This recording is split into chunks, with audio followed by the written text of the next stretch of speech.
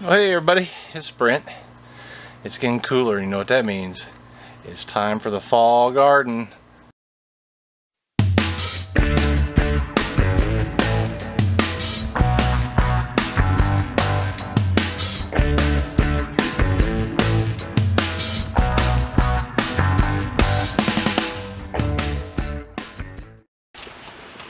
Now set this trough in one of the buckets. That is going to serve as a catch from the PVC watering system, and that way I can plant into the solo cups and the solo cups will wick water up through that. Now these are what I plant in, and I use them over and over. In fact, as you can see here, I have a bunch stacked up, and I will continue to use them over and over until they start falling apart. I start them in this, and then once they get big enough, well, in these particular case, I'm going to mass plant them. So I will separate them and then plant them up in the various places that I plant them. Now, on the sides of each solo cup, like I always do, I put what I'm growing here. And what I'm growing is early snowball A, cauliflower, golden acre cabbage. I want to try that. I haven't gotten one to mature yet. Pac-Man broccoli and Waltham 29. I'm trying to find a broccoli that'll be my standard broccoli, so I'm growing two different types there. And here's a corresponding lettering. 29 for Waltham 29, cabbage for golden acre, and cauliflower. And written, of course, with the Sharpie.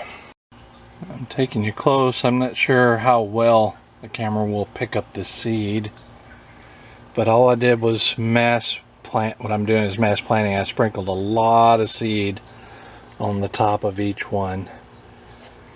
Now with the Pac-Man, you can see it because it's coated. Now let me put a little bit, about a quarter to half inch of potting soil on top of that. Alright, soil's on top. And now all I have to do is water it in, get them slightly wet so the wicking will start from the bottom.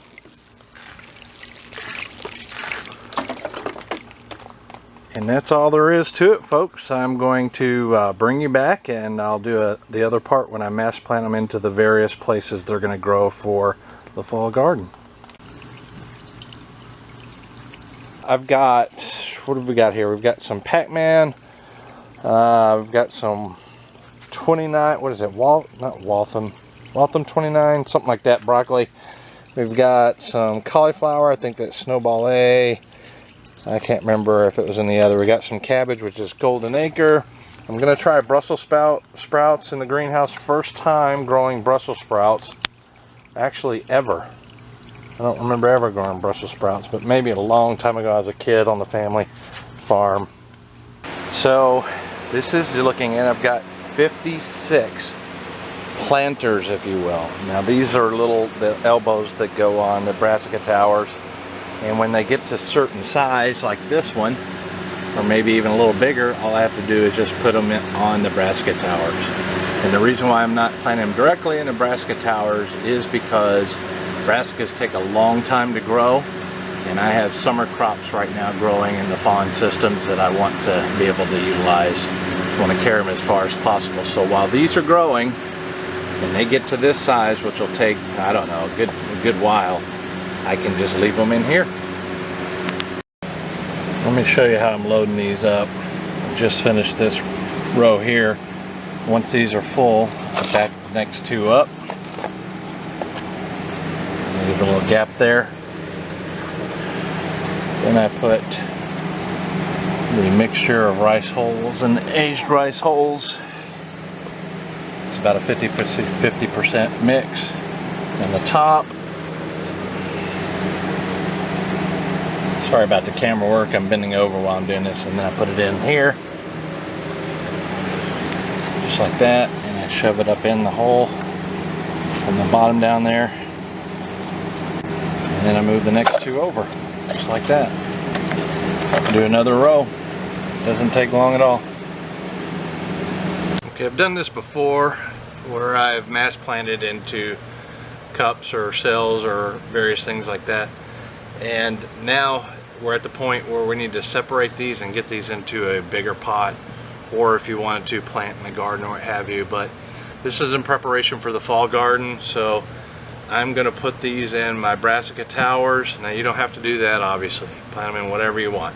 But what we're going to do now is I'm going to tip the pot or the solo cup, and I'm going to put it in this bucket of water here and slosh it around to remove the dirt from the roots.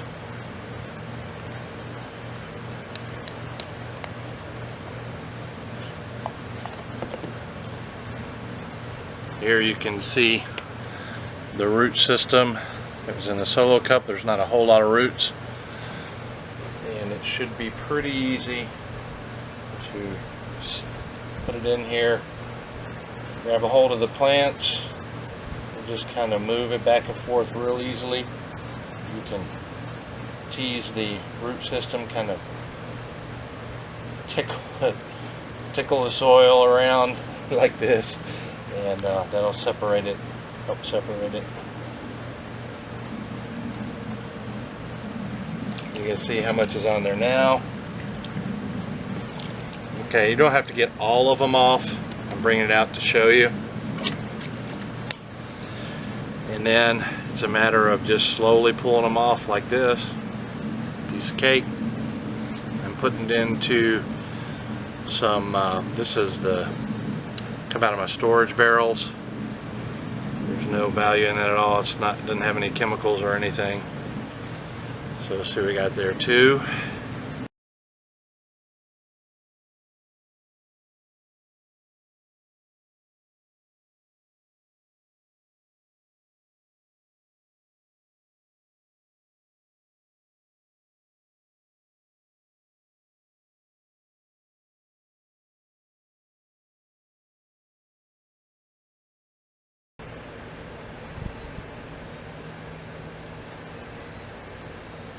Alright, that's it. I've got 1, 2, 3, 4, 5, 6, 7, 8, 9, 10, 11, 12, 13, 14, 15, 16, 17, 18, 19, 20. About 30 plants here. I only need about 10. Okay, I know the fans are a little bit loud, so I'm going to speak over the fans. I'd started recording, but I decided to use the tripod, the little tripod I have for this. Anyway, the first thing you do is you get any old pot that you're going to transplant into, and you wall it out. I'm using a fork, the end of a fork, and you can really use anything, a pen, pencil, just anything that's you can think of. And you're going to take one of these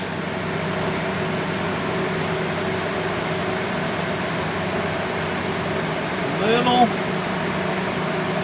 seedlings, transplants, whatever you want to call them. At this stage, I guess if you're transplanting, you call them transplants, huh? And we'll push it in.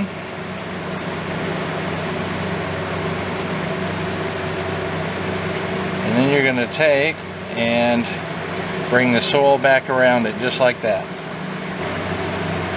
So that is it, basically.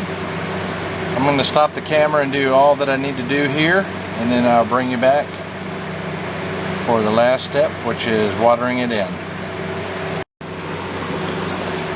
And there you have it. 1, 2, 3, 4, 5 times 2. That's 10 plants. Let's just water them bad boys in.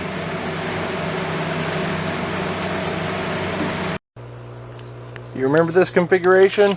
You can see these are the holes here, and when the nutrient drips down, it'll not collect, but it'll definitely wick, because it's going to be solid here, into the tube over to the elbow. So each one's got 4 of these 15-inch, 1.5-inch PVCs, 1.5-inch PVC cross, and 4 elbows. So here are my brassicas, and I have got cabbage, and I've got Brussels sprouts, and I've got 2 different kinds of broccoli, and I've got cauliflower, all on this row, and I planted them in the brassica tower elbows, just like this. Plant them in there. They've grown. They've even got roots coming out of the bottom. So let me get 4 of these little cabbages here on the end, and I'll show you how to put it together. So the first thing we need to do is take one of these rooted cabbages and stick it on the end. If there's any roots like there were in this one, just kind of push them up in there. Now these are fairly empty. And what we've got to do now is we've got to make the soil inside the container, we've got to push it till it connects with this, the soil from the little cabbage. Okay, all 4 are done, and I packed them in there somewhat tight. The soil mixture, which is aged rice hulls and parboiled rice hulls, pretty inert media, I pushed it in there pretty thick. The media is pretty damp, which is what you need. Now we need to charge the system. In other words, we need to make it where it can start wicking. And so this mixture needs to be pressed, not super hard, but enough to where it's in contact pretty thoroughly throughout the pot. And that's so as water hits, it'll start wicking all over the pot there, and then eventually through the tubes. But to begin with, we need to soak this and soak the ends here so that it becomes wet. Once it's wet, it will continue to wick until there's no moisture in the pot to pull this way. So that's the way wicking system works, and let's charge it. Got my bucket here. We're just gonna thoroughly soak this. That'll also help with removing air spots that may exist. And it's a good charge. Now we're going to add a little bit to each little area here. I should take the little watering thing off, but I had your camera on, so it's not wasting all that water. But anyway, that's pretty much it. And now we're on to the next pot, and it's going to be stacked on top of this one. Alright, here's the brassica towers all done. They're stacked 3 high. There's 4 of them.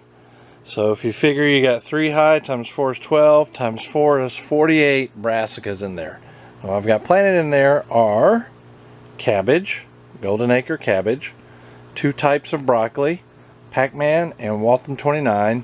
I've also got a snowball A cauliflower and a Diablo Brussels sprouts. The Brussels sprouts are towards the end there.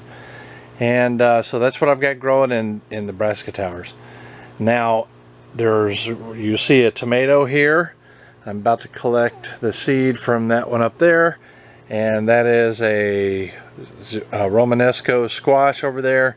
It's maturing. I'm going to collect seed from that, and those will be gone before too much longer. And then it'll be nothing but the brassica towers growing on this.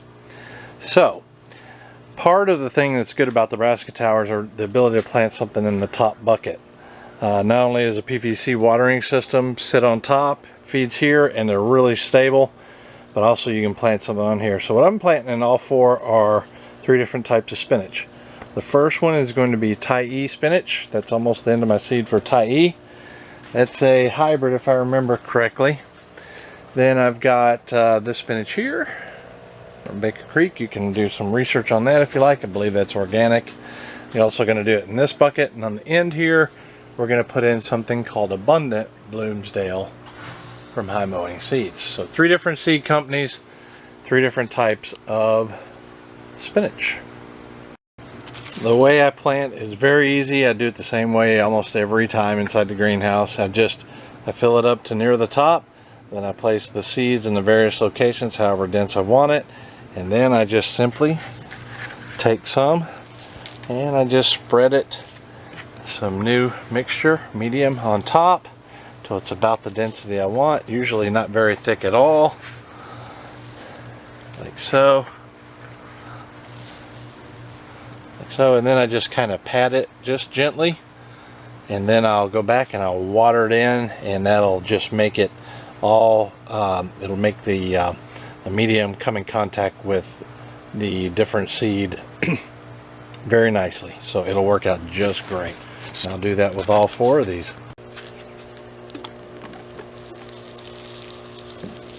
Good thorough watering.